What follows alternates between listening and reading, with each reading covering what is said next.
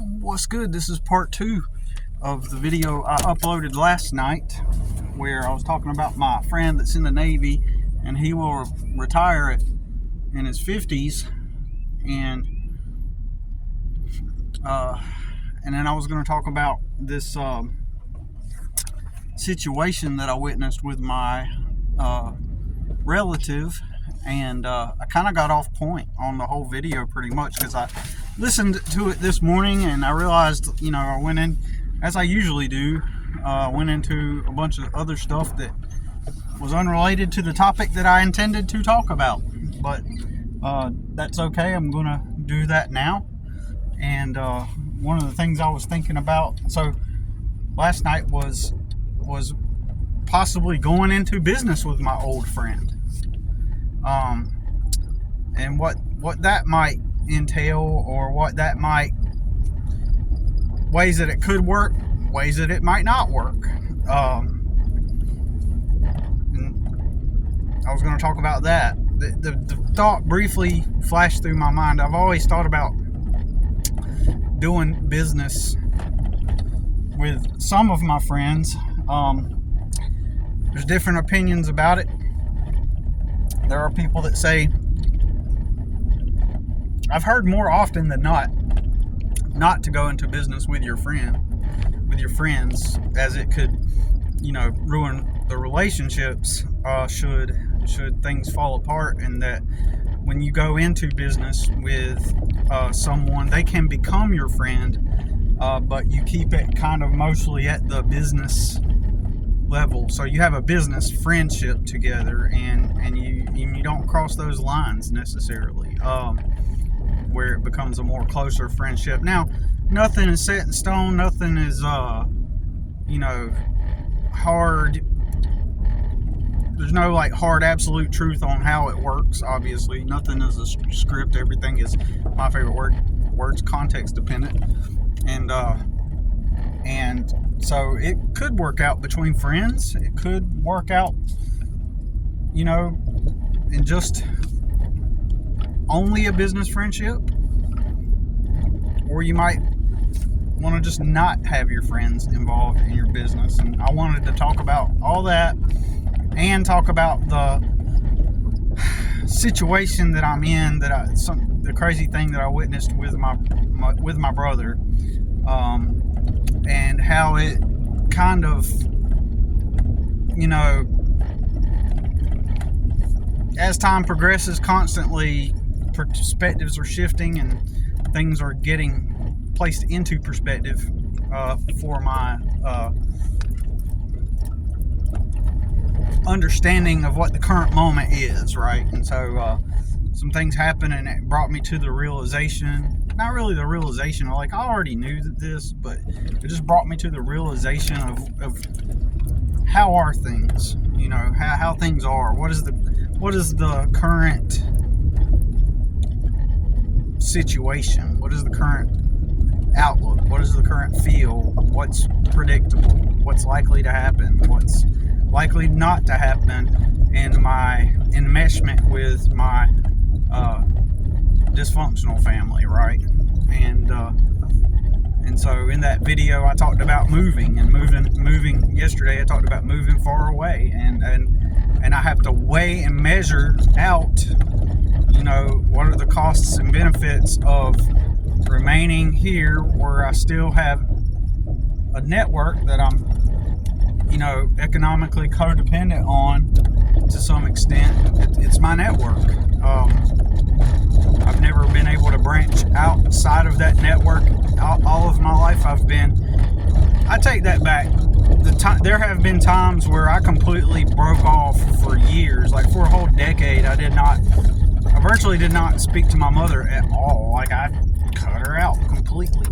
And some people may not like this, but whenever I did get back in touch with my mother, it was based out of economic necessity more than anything. I mean, it's kind of a good thing. It turned out to be a good thing because God, this thing was made to be placed on your car vent so that you could have have your phone set up, but what it's designed for, it doesn't do. I've had to jerry rig it in order for it to actually serve its purpose. It doesn't even work. Maybe there's something about newer model cars that this is for, but I have to jerry rig this thing on my truck to make it work, to serve its function. So anyways, my bad, I didn't mean to get distracted and off topic there, but we'll get back on topic. So yeah, been trying to figure. So yeah, I simply, the way I started talking to my mother again is I reached out to her whenever my son's mom got arrested for shoplifting with my then infant, less than 1 year old son with her. She was shoplifting, and not just that, she fell asleep in the Walmart bathroom with my son because of all the drugs she was taking. And I was out of town doing what I'm supposed to do, working, right? And the reason why I got that job was because it paid more than any other job that I could get. It paid more than any other job I could get, and it also, up to that point, I brought home $485, about $485 a week. That's the highest I had ever made at a job. It was basically just salary, right? $485 a week, and that was my per diem included, in that whole amount. So I did it for two reasons. I had to get away from my son's mom, and I was strategically trying to make a plan to get away and separate myself from her, because I knew that if I just up and left, then it would destroy my life. Like, the downside of just up and leaving would be the downside of just up and leaving her would have been way more disastrous than if I had let me try to reword this. The downside of up and leaving would have been way more disastrous than if I had simply planned it out first. And I knew that. And I knew, somehow in my mind, I knew that the system was already going to be rigged against me, because I understood behavior. I understood how society perceives women as, more innocent and whatnot, and in general, just society sides with women, right? And in my mind, I knew that I lived in the South, and that the judges were all going to be like conservative, and it'd be like, oh, the man left the woman, oh, he's abusive, oh, all this stupid shit. Why is this car driving 30 miles an hour?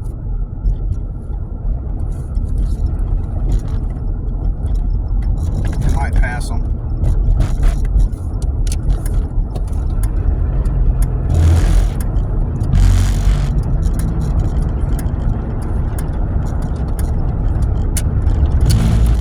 It's been a while since I've passed a car. It's wild. Anyways, son of a bitch, right? This goddamn piece of shit.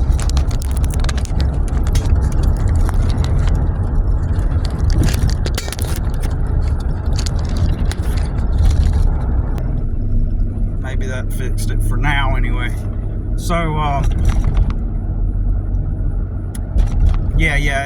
again, sorry for the interruption. The thing just flipped off. Anyways, what was I saying? So my son, and I was right in the long term. Since I did, had up and left without a plan, I would have not been here on this video talking to you today, probably. I strategically planned an exit plan, and it costed me money. And I got out, but the reason why, you know, of course, things like her shoplifting with my son was so unpredictable. Like, her behavior was so unpredictable. Like, I had to be ready for something. Even that was unpredictable. I was out of town, and even when that happened and she got bailed out of jail, the sheriff's department got on the phone with me and took her side, because I went and got my son's stuff out of our house. My name was still on the lease. My name was still on the lease, and my license still showed that was my residence. And so she called when she got bailed out of jail, she called the cops on me, and saying that I burglarized her home, and the cop threatened to put me in prison for 30 years for burglary. And he yelled at me, and I yelled back at him, and when I tried to explain to him why I went and got my son's clothes, it was because I told him, I was like, I know that I would have to take care of my son, and I needed his clothes since she was going to be in jail. And he challenged me, the deputy challenged me, said, he was like, you got proof? He was like yelling at me. He was like screaming at me. He's like, you got proof? He was like, if you don't bring them clothes back, I'm going to put you in prison for 30 years. So I got punished by a retard sheriff's deputy. Fuck him, curse him, curse his kids. I'm a dark motherfucker. People that have fucked with me, like a sheriff's officer or a judge or a DSS worker, all them people, my attitude is fuck them, curse them, and curse their kids.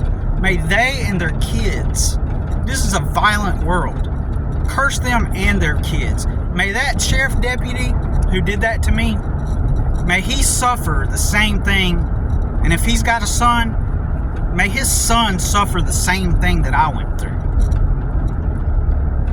Curse them. Curse his lineage. All the hardship I've experienced at the hands of a sheriff deputy and a judge and all that, curse them. Curse their children, okay? That might make me a dark person, but I really, frankly, just don't give a fuck, okay? I hope that they experience the same thing. And when they do, I hope they're thinking of the time that they did that to me, right? God damn. I tried to get out of the way of that stick. Fuck. But anyways, yeah, curse them. Speaking of curses, I'll tell a quick little story. I've told this before on this channel. You know how I say fluke things happen to me all my life? Like, occasionally some crazy thing happens to us. Crazy things happen to us, right? I may have to make a part 3, but anyways, I will get to these topics eventually, right? But I'm gonna go with the flow here. That reminded me hitting that stick just now of when I say, like, people experience anomalous events, fluke circumstances, things that just don't make logical sense, right? And they seem anomalous. They seem like some kind of higher power is involved, right? Fluke anomalous circumstances, right? When I say I've experienced that all of my life, it's always been some kind of fluke circumstance. And that's why I logically deduce that. Try to fix this piece of shit. Hold on. Alright, what's good? I had to stop the tape to fix that. I went for like a whole mile and a half before I could position this back on here. because immediately when I took it off, the light turned to green. My bad. So I don't even know what I was talking about now. So I'll remember in a moment.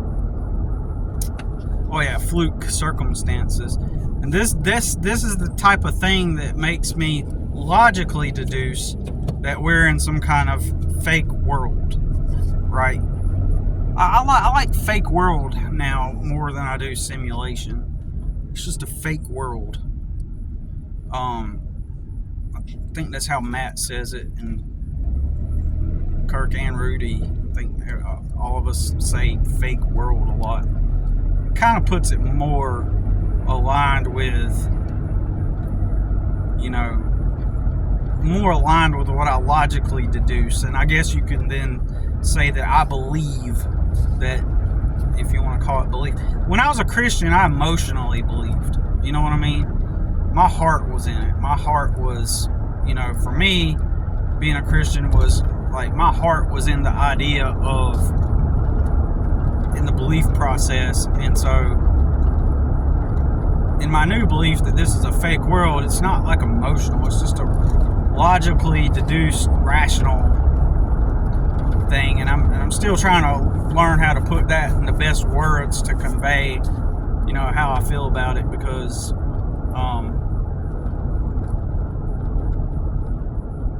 it just makes the most sense. So these fluke occurrences, that is crazy. This motherfucker won't even stick on here. That is some crazy shit, man. What a piece of shit thing.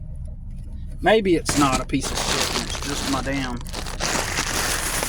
It's just the fact that I have an old vehicle.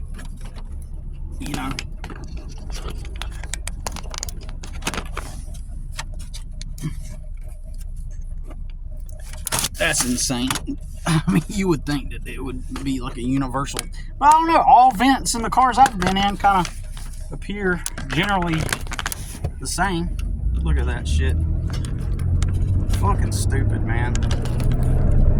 Anyways, if it goes down, it's just going to be audio. You're going to have to look at whatever crap I got in the seat. Man, I'm just going to stay talking.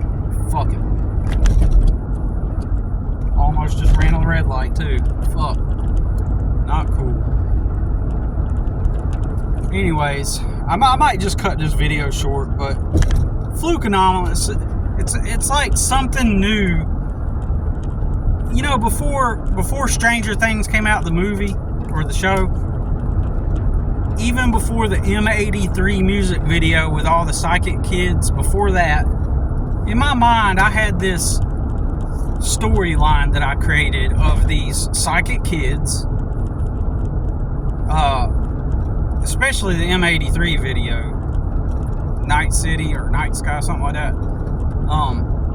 Even before that, there was, I had created this idea for a story of a bunch of psychic kids that are held captive by the system, and and they had to fucking like battle some dark force, and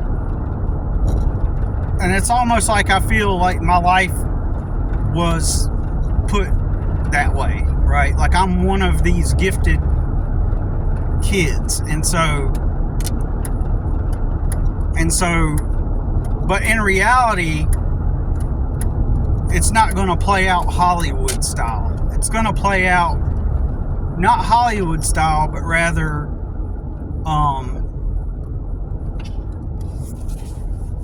play out like a quote unquote real reality would play out. So the forces that be would not present themselves in the form of anything particularly spectacular or entertaining. So like perhaps like in this reality, this is the fake world, and we are really living in this reality where we were placed here to be distracted because we have powers. Whatever quote unquote real world we are in or from, this is like an overlay on that real world, and it takes us psychic kids, us gifted special kids, for lack of better terms, and it puts us in this situation. So the attacks come even from the onset. So like we're already on a timeline before we're born, and in that timeline we suddenly find ourselves like the whole reason why I had the parents that I have and the alcoholic father, all that was a distraction within the real world, if that makes sense. Like my family and situation was handed to me because in the real world, just that alone, the fact that I have the family that I have was the distraction. You know what I'm saying? My family was the distraction. It's not that I'm in this world and I grew up and then all these things started happening to distract me. No, like my family itself was the distraction from these bigger things that are happening. Like the dark reality noticed that I was, a threat to the system, effectively, and whatever that system is outside of our awareness, right?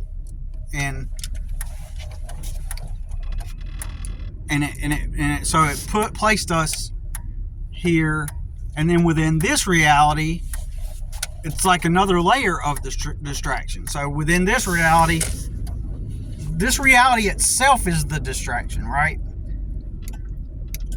And then, so the whole reason why you entered into a dysfunctional family was because that was the distraction from the real world that you were from, if that's making sense. And that's the whole purpose. So within this reality, like right now, just by living here, you're distracted. Just the core essence, if I guess is the best word, the core basis of this reality itself is a distraction, right? So we're distracted just by being here. And we're figuring that out, right?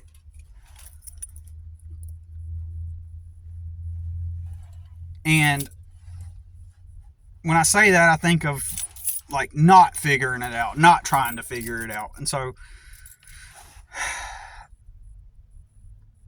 anyways, so within this distraction are the micro distractions. So anything to keep me in poverty. The poverty was the keeping me in repressed into poverty was the goal of this dark reality.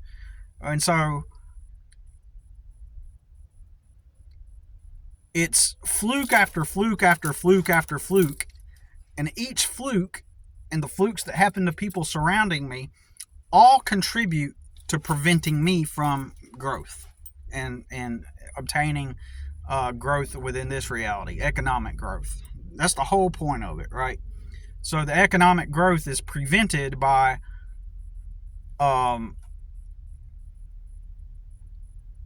fluke after fluke after fluke, anomaly after anomaly after anomaly. And when I talk to people in general, right, people have their stories of these fluke things that have happened to them, or these anomalous things. Yeah, sure, but it seems like most people kind of, in general, sort of have a bland, some just normal, right, situations and circumstances. I'll give you an example. My Navy buddy. I'll give you 3 examples. My Navy buddy. He grew up with his dad. His mom and dad got a divorce. He lived with his dad. He did some drugs, lost his license as a teenager, lost his car. Eventually earned his license back, went to work, saved his money, went to college, got into the Navy, kind of followed in the footsteps his father went down. Nothing out of the ordinary, nothing anomalous, nothing And I'm sure if you ask them, oh yeah, this one time this thing happened and it was crazy. Everybody's got their supernatural experience. My other buddy, that these are two of my most best friends, right? Of all my friends, right? And so we are hard on each other, okay? Let me say that. Like, me and my friend, like, he will be blunt about me. Like, he will say that I'm biased towards police just because I have a bias, right? Just like, and he's like all pro police, like, they're just doing their jobs, kind of like some of like Matt's friends and people he knows, right? And so my buddy, he's like saying I just got a bias, and he will just lay into me, like, at times, right? And then I will lay into him. I'll tell him, oh, look at you, look at this and that. I guess that's a good thing, because that says that they're good friends, because they're being honest with each other, right? We're being honest with each other, even if we disagree. So his mom and his dad divorced. He had a stepdad. He lived with his mom. And then when he turned 18, graduated high school, his brother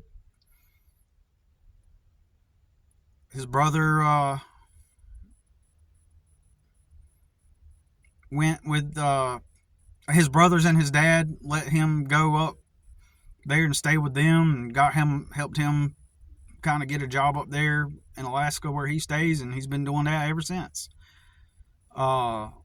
Generally, nothing out of the ordinary, no fluke occurrences. I'm sure if you asked him, he'd have that one time,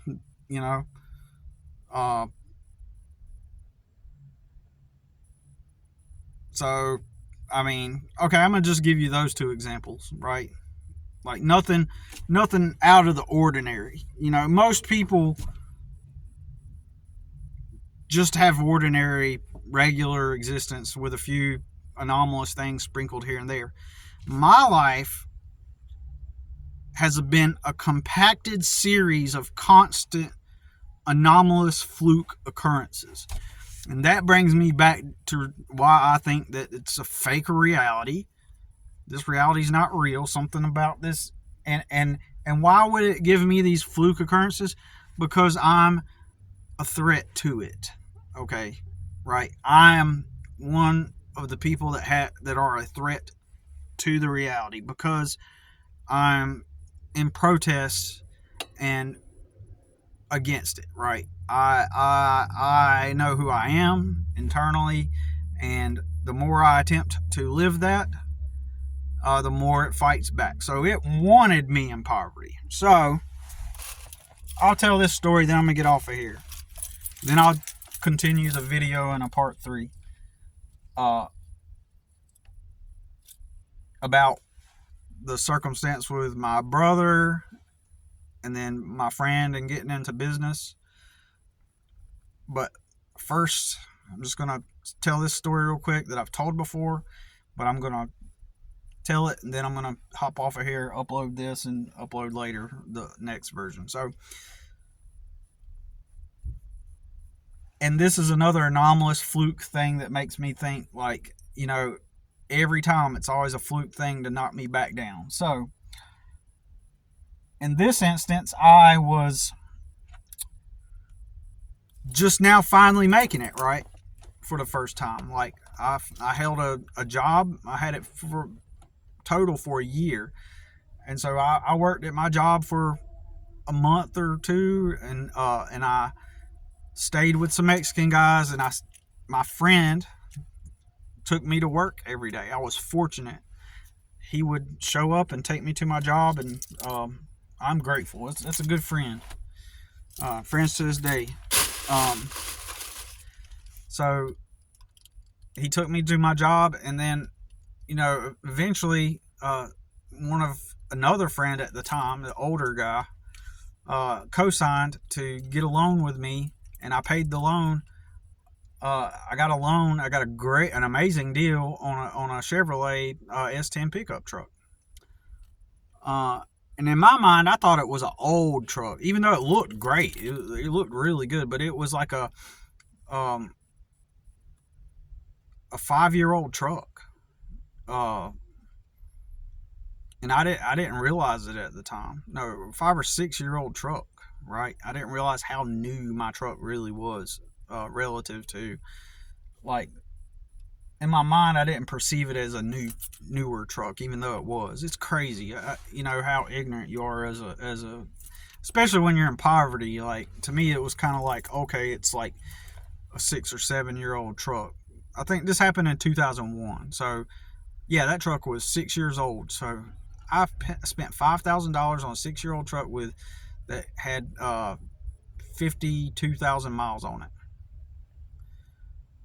Chevrolet S10. Great.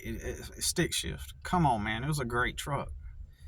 Anyway, and it looked cool. It looked very sporty. It had this, it was cherry red with this cool looking stripe that somebody put on there, and it had nice wheels, and so one of my old friends co-signed with me, and I paid for 2 years. I paid $250 a month. I believe. And I bought it for $5,000. I got really, really lucky. And so the first thing that happens when I get the truck, the very first thing that happens, like within that first week, I think it was, I'm driving down the road, and off up, and the wind is blowing, and I see, you know, one of them tater sacks, the material that the tater sacks are made of. I can't remember what it's called, but you know what I'm talking about.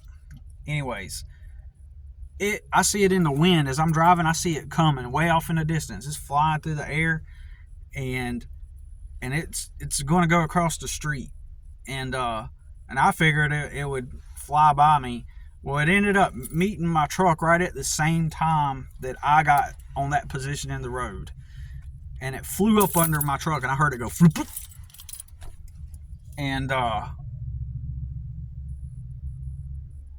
I looked in my rearview mirror, I looked around, and I didn't see it anywhere. I didn't see it. I was like, maybe it's stuck on the front of my truck or underneath. Well, as crazy as this sounds, a few weeks later, or sometime shortly after, like, my truck had a real problem. It made noise in the back, like, and I couldn't figure out what it was. It was like, well, somehow that whole potato bag got caught up in the chassis. I believe that's what it's called. The back two wheels got caught into the gears on the end. Somehow when they went to remove it, they had to replace the whole back. Inside of it, they found that potato bag. How did that happen? Because those things are like sealed up. I don't understand the mechanics, the physics of that. Now that I'm saying this, I'm gonna have to go look it up, because if that's impossible, then I'm sure there's somebody that's mechanically inclined is probably going to say, you're full of crap. Like, I don't even believe a word you say. I can imagine somebody saying that. But I swear they pulled that potato bag out of there. And when they did, they said that somehow all the grease got pushed out. And it costed like $900. Costed me like $900 to get it fixed. I was like, fuck. Like, on the very first week, the fluke anomalous thing, it's kind of like to keep me down in poverty, right? It's kind of like always these anomalous things that happen that just don't make logical sense happen. But anyways, I'm going to look that up. I'm going to find out how the back works, and find out, is that physically possible? Because I swear to God that they pulled that shit out of my truck. Now, perhaps, I don't know, perhaps maybe a segment of it got caught up in there. Possibly. But I recall, you know, that's what happened, and it's like, did I neglect? Was I being irresponsible. No, like just fluke shit happens, constantly keeping me back in poverty. Every single time I get ahead or I gain some momentum, some fluke anomalous thing happens to put me right back in the same state of poverty every time. And I've worked hard all my life. But anyways, that's all I got to say about it for now. I'll do a video and do a part 3. See you in the next one.